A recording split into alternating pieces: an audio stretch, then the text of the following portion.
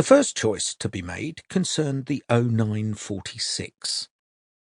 The 0946 meant no changes, whilst the 1013 involved two, and deciding which one to take was a dilemma Michael had faced before, because the two trains could be so very different. What made him anxious was the lack of control. You never knew what the 0946 would be until it rolled up to the platform, and the type of stock made all the difference. The rail company had a tendency to switch the carriages, and the ones that Michael liked, which were roomy, with tables, were all too often replaced by those used for the commuter services. That meant no tables at all, and a lot less legroom. If things got busy, you could end up squeezed against the window, hardly able to move your elbows, and he so didn't want to be trapped like that on this particular morning. He wanted space, and he wanted to think. If a commuter-style train turned up at 0946, he would wait on the platform and take the later service. There was flexibility after all. He needed to be in Crewe for the 1441.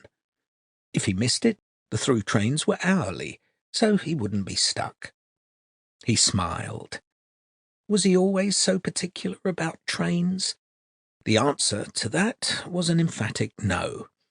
But he had been trying to learn from experience.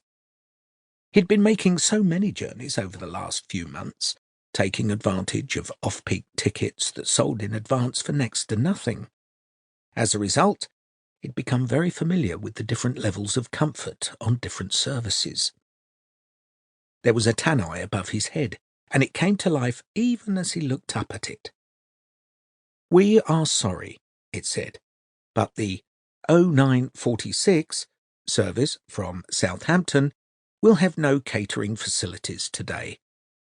You could hear the hesitations as a computer patched in the particular time and place.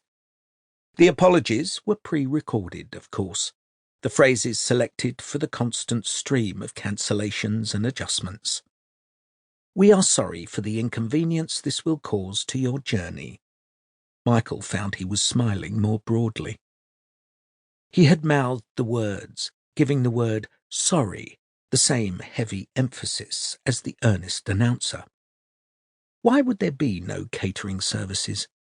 It was because the trains had indeed been switched, which meant the person who wheeled the refreshment trolley would not be able to get along the narrower aisle of the replacement carriages. What would that person do now? Was he or she assigned to some other train, or did it mean that he or she had been advised to stay at home? The ticket price would be the same for Michael despite the absence of refreshments. There would be no refund and no contingency plan.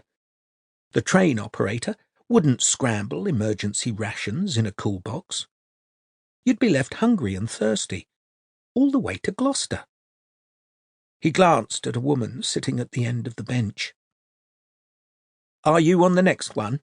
he said. She was wearing tiny headphones and had to remove them.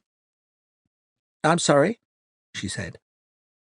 "I was wondering if you were on the Great Malvern service, the 0946, as it was meant to be."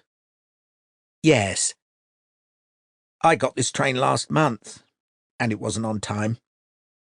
"Oh, they never are," Michael laughed. "You wonder they don't change the timetables," he said. "If they simply changed the 46 to 56, they'd be so much closer.